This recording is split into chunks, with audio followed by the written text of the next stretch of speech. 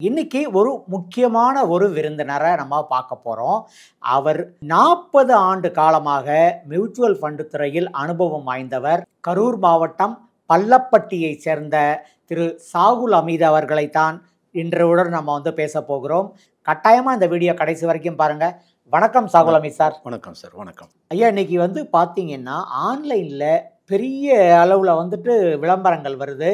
நம்ம நிதி அமைச்சர் நிர்மலா சீதாராமன் கூட நான் இதிலெல்லாம் பணம் போட்டிருக்கேன், நீங்கள் போடுங்க அப்படிங்கிற அளவுக்கெல்லாம் விளம்பரம் வருது. இதை பார்த்துட்டு பல பேர் அட இவ்வளவு இவங்களே போட்டிருக்காங்களா, அப்போ நம்ம ஏன் பண்ணக்கூடாது அப்படிங்கிற ஒரு கேள்வியெல்லாம் மக்களுக்கு வருது. இதை நீங்கள் எப்படி நம்ம இது பண்ணலாம்? எனக்கும் பல கிளைண்ட்டுக்கு அதை அனுப்பிச்சு கேட்பாங்க. கேட்கும் போது தம்பி எதுவுமே கவர்ச்சியானது பூராமே இது பொறுமையானவங்க தான் ஜெயிக்க முடியும். இது எல்லாமே ஃபேக்கு. இதை நம்பாதீங்க. இது ஒரு ஃபைனான்ஸ் மினிஸ்டர் பேசுவாங்களா, நல்லா யோசனை பண்ணுங்க, உங்கள் மூளையை செலவு பண்ணுங்க. அப்படி அது மாதிரி நிறைய ஒரு கிளைண்ட் எனக்கு போட்டோவே அனுப்பிச்சு இப்போ நல்லா படித்தவங்க டாக்டர் இதில் பண்ணலாங்களா, இது எவ்வளோ தூரம் இருக்குன்னு கேட்பார். சார் டாக்டர் அது தவறுங்க, இது பூராமே ஃபேக்கு. இது நாம் எதுவுமே குறுகிய காலத்தில் எது வருதோ அதையெல்லாம் பல முன்னே ஏமாந்துருக்கிறீங்க, ஏமாறப்பட்டிருக்கோம். அது மாதிரி இதுவும் ஒன்று தான். இப்போ நவீன உலகத்தில் இந்த மாதிரி இப்போ பண்ணுறாங்க. அதனால் இதெல்லாம் போகாதீங்கன்னு சொல்லி அட்வைஸ் பண்ணுவேன். கேட்டுக்குவாங்க. சரி, கேட்டுக்குவாங்க. சரி. இப்போ நீங்கள் அன்னைக்கு நீங்கள் தனிப்பட்ட முறையில் நம்ம இதுக்கு முன்னாடி பேசிக்கிட்டே இருந்தப்போ நீங்கள் ஒரு நல்ல ஐடியா ஒன்று சொன்னீங்க.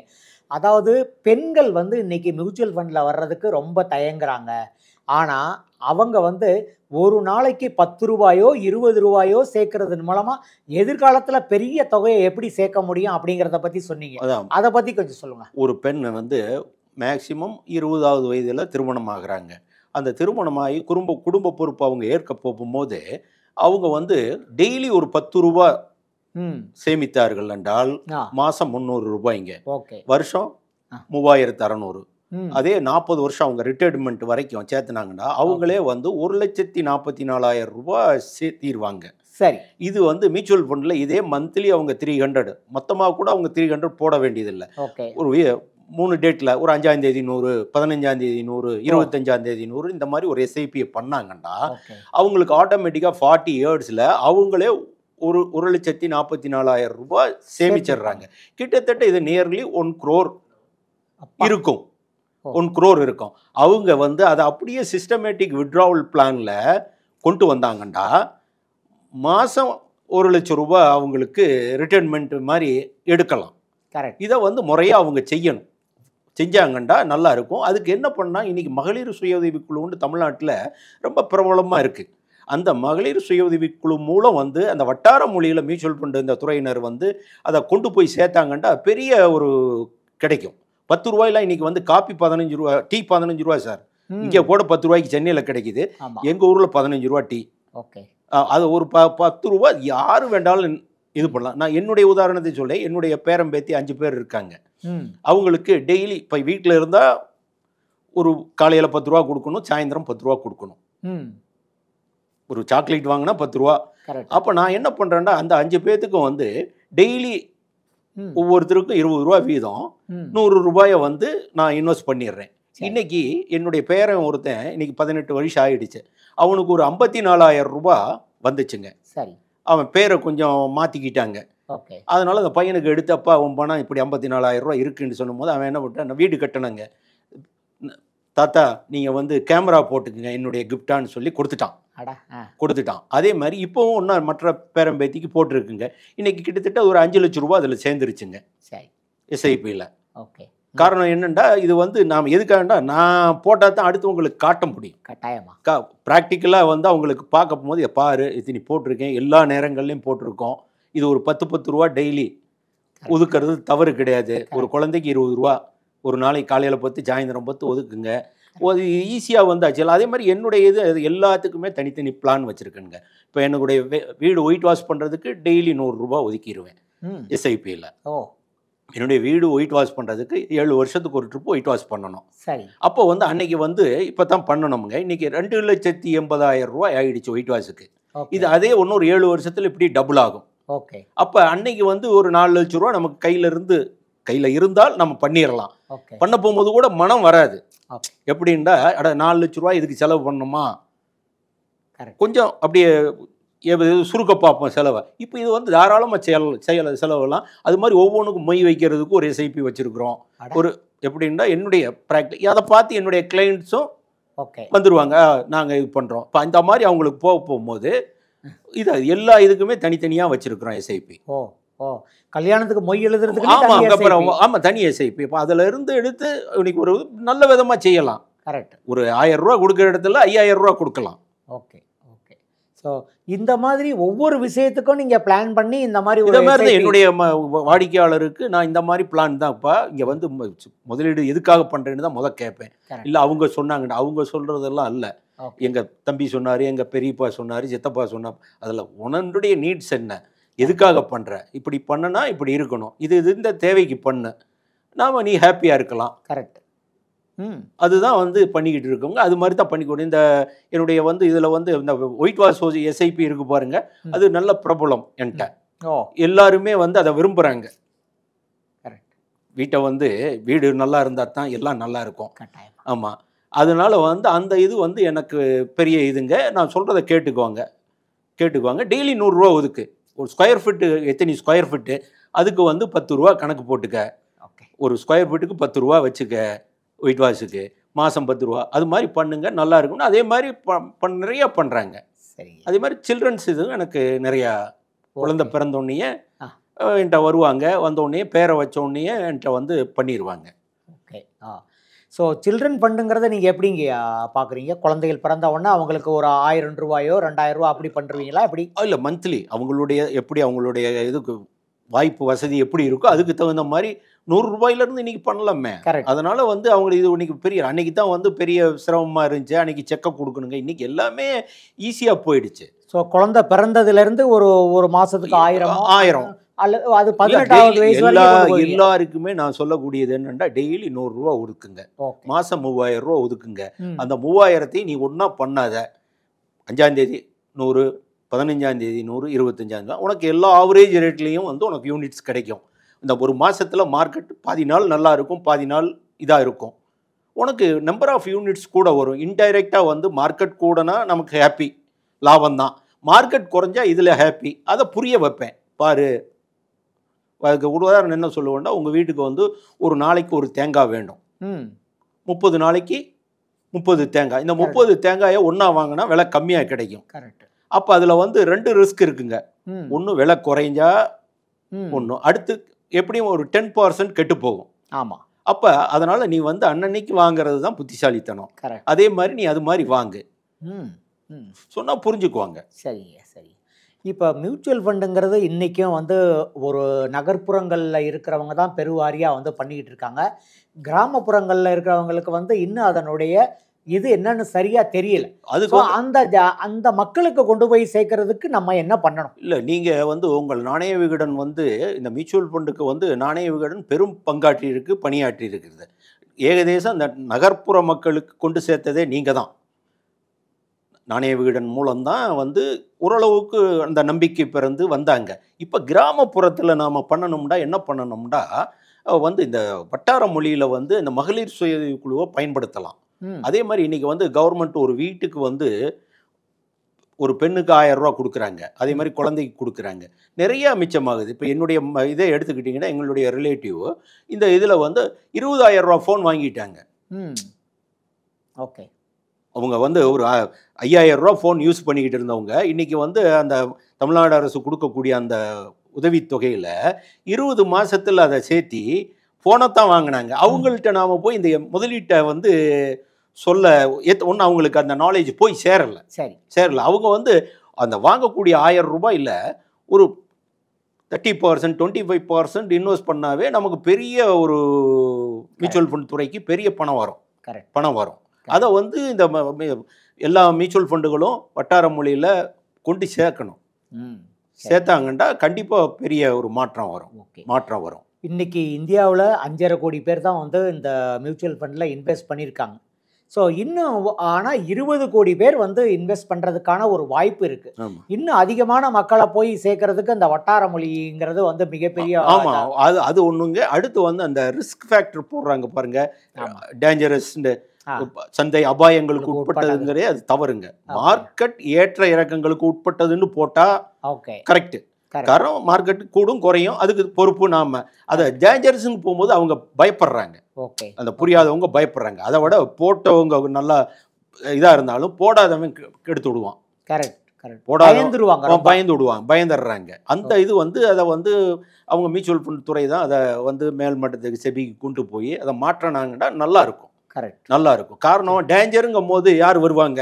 போய் ஒரு மின்சார கம்பத்தை பிடிச்சா டேஞ்சரு, போய் நம்ம கம்பியை பிடிப்போமா? முடிக்க மாட்டோம். அதே மாதிரி தான் இப்போ இங்கே வந்து நீ அபாயத்துக்கு உட்பட்டதுன்னா எப்படி உள்ள வருவாங்க? கரெக்ட். கரெக்ட். அது வந்து ஒரு பெரிய பின்னடைவுக்கு அதுவும் ஒரு காரணம். ம். இந்த ரிஸ்க் ஃபேக்டரில் போடுறாங்க பாருங்க, இந்த ரிஸ்க் ஃபேக்டரில் மார்க்கெட் ஏற்ற இறக்கம் தான் போட. அது டேஞ்சருங்க போகும்போது அதை படிக்கிறாங்க. எவ்வளோ சின்ன எழுத்துல இருந்தாலும் அதான் அவங்களுக்கு தெரியுது. இதை எதுக்குடா சின்ன எழுத்துல போட்டிருக்காங்க? ம். ம். அப்போ அதை கேள்வி கேட்காத ஆளே கிடையாது. கரெக்ட். கேட்க ஆளே கிடையாது. ம். அது வந்து அதுவும் ஒரு பின்னடைவுக்கு மக்கள்கிட்ட வந்து அது ஒரு நம்பகத்தன்மையை கொண்டு போய் சேர்க்கணும். ஓகே. இன்னைக்கு இந்த இந்த நிதி கல்விங்கிறது குழந்தைகளுக்கு வந்து பள்ளியிலிருந்தே கொடுத்தோம்னா அவங்க பிற்காலத்தில் வந்து முதலீடு செய்யறதுக்கு ரொம்ப பயனுள்ளதா இருக்கும் இல்லையா? கண்டிப்பா. அதை பத்தி நீங்க என்ன சொல்றீங்க? அதே மாதிரி தான் நான் இப்போ செய்கிறேன். ஒவ்வொரு ஸ்கூலுக்கும் வந்து ஆகஸ்ட் 15 அன்னைக்கு நான் வந்து என்னுடைய வருமானத்திலேருந்து 2.5% செலவு பண்ணி இது வரைக்கும் ஒரு 5 ஸ்கூலை நான் எடுத்திருக்கேன்.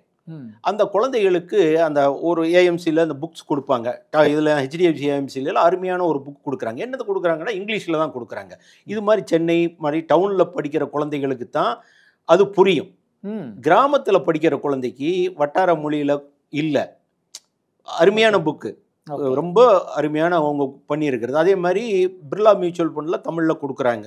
மியூச்சுவல் ஃபண்டு மேலும் செல்வம் சேர்ப்போம்னு ஒரு புக்கு கொடுக்குறாங்க. அது ரொம்ப நல்லா இருக்கு. ஆனால் வர்றவங்களுக்கு புதுசாக வரக்கூடியவங்களுக்கு இதை படிச்சுட்டு வா, படிச்சுட்டு வந்து என்கிட்ட 2 கேள்வி கேளு, கேட்டுட்டும் என்ன முதலீடு பண்ணு. யார்கிட்டயுமே அந்த புக்கை தான் கொடுப்பேன். நான் கொண்டு வரலைங்க. அந்த மியூச்சுவல் ஃபண்ட் மூலம் செல்வம் சேர்ப்போம்னு ஒரு சிறிய புக்கு. அதை படிச்சாங்கன்னாவே அவங்களுக்கு வந்து ஓரளவுக்கு புரிஞ்சுக்கிறாங்க. அவங்க படிச்சுட்டு இதில் வந்து என்ன சந்தேகம் உனக்கு, அந்த கேள்வியை கேளு, அதுக்கு வந்து நீ சாட்டிஸ்ஃபேக்ஷன் ஆகிட்டேன்னா என்கிட்ட முதலீட்டுக்கு வா. இதுதான் என்னுடைய இது. நல்ல விஷயங்கய்யா. இப்போ இன்றைக்கு இளைஞர்கள் பார்த்தீங்கன்னா நிறைய பேர் நல்லா சம்பாதிக்கிறாங்க. 22 வயசுல ஆரம்பித்து 26, 28 வயசு வரைக்கும் 30 வயசு நல்லா சம்பாதிக்கிறவங்களா இருக்காங்க. ஆனால் அவங்களையே வந்து ரொம்ப கம்மியாக தான் வந்து மியூச்சுவல் ஃபண்டில் இன்வெஸ்ட் பண்ணுறாங்க. கிரிப்டோ கரன்சி மாதிரியான ரொம்ப இந்த சந்தையை விட பெரும் அபாயங்களுக்கு உட்பட்டதுலலாம் பண்ணுறாங்க. ஆனால் மியூச்சுவல் ஃபண்டில் பண்ணுறதில்ல. அவங்களுக்கு நீங்கள் என்ன ஆலோசனை சொல்கிறீங்க? அதான் அவங்களுக்கு அந்த நாலேஜை நம்ம கொண்டு போய் சேர்க்கணும். மியூச்சுவல் ஃபண்டில் எப்படி நான் ஒரே வரியில் சொல்லுவேன், நீ நேராக கார் ஓட்டுறதுக்கும் டிரைவரை வச்சு போடுறதுக்கும் என்னப்பா வித்தியாசம் இருக்குன்னு கேட்பேன். கேட்க போகும்போது நாம் முழு கவனமும் இப்போ ஒரு டைரக்ட் பிளான்லேயோ ஒரு டைரக்ட் ஸ்டாக்லேயோ போகிறாங்கல்ல, அவங்களெலாம் வந்து சைக்கிள் ஓட்ட தெரியறவன் கார் ஓட்டுற மாதிரி. சைக்கிள் ஓட்டத்தான் அவனுக்கு தெரியும். அவன் கார் ஓட்டினா எப்படி இருக்குங்க, ரோட்டில் ஆக்சிடென்ட் ஆகும், ஏதாவது ஒன்று ஆகும். அப்போ வந்து அவங்க அதில் பட்டுக்கிட்ட பின்னாடி வர்றாங்க. நான் வந்து அப்பா ஹாப்பியாக வந்து காரில் நீ பின்னாடி போட்டு உங்கள் ஒய்ஃபோட உங்கள் ஃபேமிலியோட சந்தோஷமாக பேசிக்கிட்டு போகலாம்ப்பா. அதான் மியூச்சுவல் ஃபண்டுடைய இது, எங்களுடைய கான்செப்டாக தான் புரிஞ்சுக்குவாங்க. அதேமாதிரி என்னுடைய ஒரு கிளைண்ட்டு, நான் ஒரு இதுக்காக திருப்பூரில் என்னுடைய வீட்டுக்கு கட்ட போகும்போது இது பண்ணணும், ஜன்னலில் தான் அங்கே செஞ்சோங்க. அவர் அப்போ தான் ஒரு புது கார் வாங்கியிருந்தார்.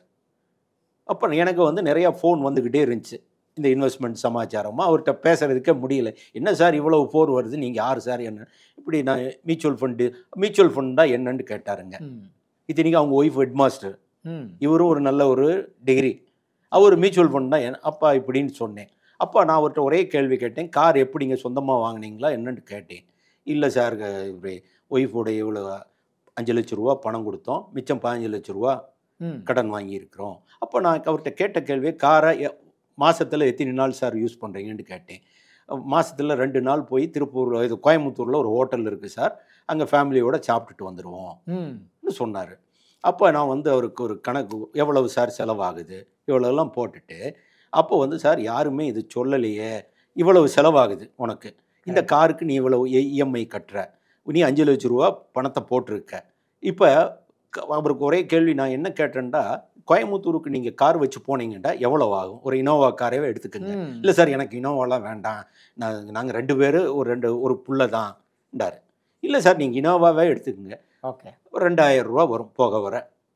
திருப்பூர் டு கோயம்புத்தூர் நான் சொல்கிறது ஒரு 5 வருஷத்துக்கு முதங்க வரும். அப்போ அந்த 2000 ரூபாய்க்கு நீ இவ்வளவு செலவு பண்ணுற, இந்த காருக்கு மெயின்டெனன்ஸ் இவ்வளவு பண்ணுற, பெட்ரோல் ஊற்றுற, டிரைவருக்கு காசு கொடுக்குற, கரெக்ட், இதெல்லாம் இஎம்ஐ இவ்வளோ கட்டுற. இப்போ அவர் அப்போவே வந்து காரை அப்படியே டிஸ்போஸ் பண்ணிவிட்டு என்கிட்ட வந்து எஸ்ஐபி பண்ணிட்டாருங்க அந்த இஎம்ஐயை பண்ணி இன்னைக்கு ஹாப்பியாக இருக்கிறார். ஓகே சார், இந்த இதை யாருமே சொல்லலை. நீங்கள் வாரத்தில் வந்து மாதத்தில் வந்து 15 நாள் கார் யூஸ் பண்ணால் தான் கார் உங்களுக்கு வேண்டும். கரெக்ட். இப்போ என்ன கூட சொல்லுவாங்க கார் வாங்குன்ட்டு. கார் எதுக்கு? நாம் அழகாக டிரைவருக்கு பார்த்து சொன்னால் எங்கே வேண்டாலும் போகலாம், நம்ம இஷ்டப்படி பண்ணலாம். கரெக்ட். சொந்த காரை அவர் எல்லாமே லிஸ்ட் போட சொன்னாங்க அவரை. இவ்வளோ உனக்கு இவ்வளோ மிச்சம். உடனே அந்த இஎம்ஐயை இது பண்ணிவிட்டு காரை இது பண்ணிட்டாருங்க, டிஸ்போஸ் பண்ணிட்டாருங்க. சரி. இந்த மாதிரி விஷயங்களை இளைஞர்களுக்கு புரிய வைக்கணும். தேவையா இந்த பொருள் வந்து நம்மளுடைய குழந்தைகளுக்கு ஆரம்பத்திலேயே வந்து அந்த பணத்தினுடைய கஷ்டத்தை சொல்லி கொடுக்கணுங்க. பணம் இப்படித்தான் சம்பாதிக்கணுங்கிற இதை வந்து இப்படி சம்பாதிச்சு இதுக்கு தான் இப்போ வந்து அந்த கல்வியவே யாரும் மேல்மட்டம். அது ஒன்று என்னென்னா, குழந்தைகளை வச்சுக்கிட்டு இந்த அமேசான் இந்த மாதிரி ஆன்லைனில் எதுவுமே நம்ம பர்ச்சேஸ் பண்ணக்கூடாது. குழந்தைகள் முன்னாடி பர்ச்சேஸ் பண்ணக்கூடாது. அது அவங்களுக்கு வந்து நம்ம செலவை கற்றுக் கொடுத்தது தான், செலவு பண்ணால் கற்றுக் கொடுத்தான். அது உதாரணமே என்னுடைய பேரன் ஒருத்தன் இருக்கான். அவனுக்கு 3 பேர் எல்லாமே என்ன பண்ணுவானுங்க, ஞாயிற்றுக்கிழமை ஆகிடுச்சுன்னா உண்டியில் எடுத்து எனக்கு 14,000 ரூபா இருக்குது, ஏன்னா அது எப்படி உனக்கு மட்டும் 1000 ரூபா கூட வந்துச்சு, இது பண்ணிட்டு இப்படியே இருப்பான, இப்படி வச்சுருந்தா ஆகாது, இதுக்கு ஒரு பேங்க் அக்கௌண்ட் ஓப்பன் பண்ணுறதுக்காக கூட்டிகிட்டு போய் பேங்க்கில் போனோடனே அந்த பையன் கேட்ட கேள்வி என்னண்டா, எனக்கு ஒரு யூபிஐ பண்ணி கொடுத்துருங்க தாத்தா, எங்கள் அம்மா வந்து டெய்லி 10 ஜாமானை வாங்குது, எனக்கு ஒன்று கேட்டால் வாங்கி கொடுக்க மாட்டேன், இது நான் இஷ்டத்துக்கு வாங்கிக்குவேன். அவன் பையன் ஒன்றும் வந்து மேஜர் ஆகலைங்க. அவனுக்கு வந்து இப்போவே வந்து ஆன்லைனில் பர்ச்சேஸ் பண்ணணுங்கிறது தான் அவனுடைய இது. அதை கற்றுக்கிட்டான். ஆக்சுவலாக அந்த சேமிப்பை நம்ம கற்றுக் கொடுக்கலைங்க. அது வந்து பின்னாடி வந்து எல்லாருமே ஒரு பெரிய பாதிப்பு நமக்கு வருங்க. அது அடுத்த ஜென்ரேஷனில் வந்து இப்படியே இந்த இன்ஃப்ளேஷன் போக போக போக போக இன்னைக்கு ஒரு பொருளை வாங்கிட்டா அடுத்து அதோட கூட பொருள் வாங்கணுங்கிறது தான் அவங்களுடைய மனசில் வருது சார். கரெக்ட். அது வந்து நான் எதிர்காலத்தில் பெரிய ஒரு பேரழிவாக இருக்கும் சார். அந்த குழந்தைகளுக்கு இப்போவே அந்த பணத்தினுடைய அருமையை சொல்லி கொடுக்கணும். எங்கள் தாய் தகப்பன்லாம் அப்படித்தான் பண்ணி கொடுத்தாங்க. அதுதான் வந்து இன்றைக்கி நாங்கள் ஃபாலோ பண்ணுறோம். அது எல்லாமே மேல்மட்டமும் செய்யணும், கீழ்மட்டமும் செய்யணும். மெயின் வந்து குழந்தைகள் முன்னாடி இந்த ஆன்லைன் பர்ச்சேஸை அவங்க செய்யக்கூடாது. அப்போ அவங்களுக்கு வந்து தெரிய போகுது நமக்கும் உனக்கு ஒன்று வேணும், தேவையில்லாத பொருள் தான் இருக்கும், அவன் கேட்பான். இப்போ நம்ம வாங்கி கொடுக்கலன்னா அது பின்னாடி ஒரு பெரிய பிரச்சனை. கரெக்ட். ஆமாம், அதை வந்து அவாய்ட் பண்ணாவே சேமிப்பு தன்னை போல் வந்துடும். சரி. எல்லாம் பெரிய ஸ்கூலில் வந்து மியூச்சுவல் ஃபண்டு ஒரு கேம்ப் மாதிரி வச்சு ஒரு சின்ன ஒரு நல்ல ஒரு இதை மாதிரி கிஃப்ட் கொடுத்து அந்த குழந்தைகளுக்கு அவங்களுக்கு வந்து இந்த அவேர்னஸை கொண்டு போகலாம். சரி சரி. இவ்வளவு நேரம் பல கேள்விகளுக்கு வந்து ரொம்ப விளக்கமாக பதில் சொன்னீங்க. ரொம்ப நன்றி சார். லாபம் ஆம்பி பதிவு பெற்ற மியூச்சுவல் ஃபண்ட் விநியோக நிறுவனமாகும் ARN எண் 310095. மியூச்சுவல் ஃபண்ட் முதலீடுகள் சந்தை அபாயங்களுக்கு உட்பட்டவை. திட்டம் தொடர்பான அனைத்து ஆவணங்களையும் கவனமாக வாசிக்கவும்.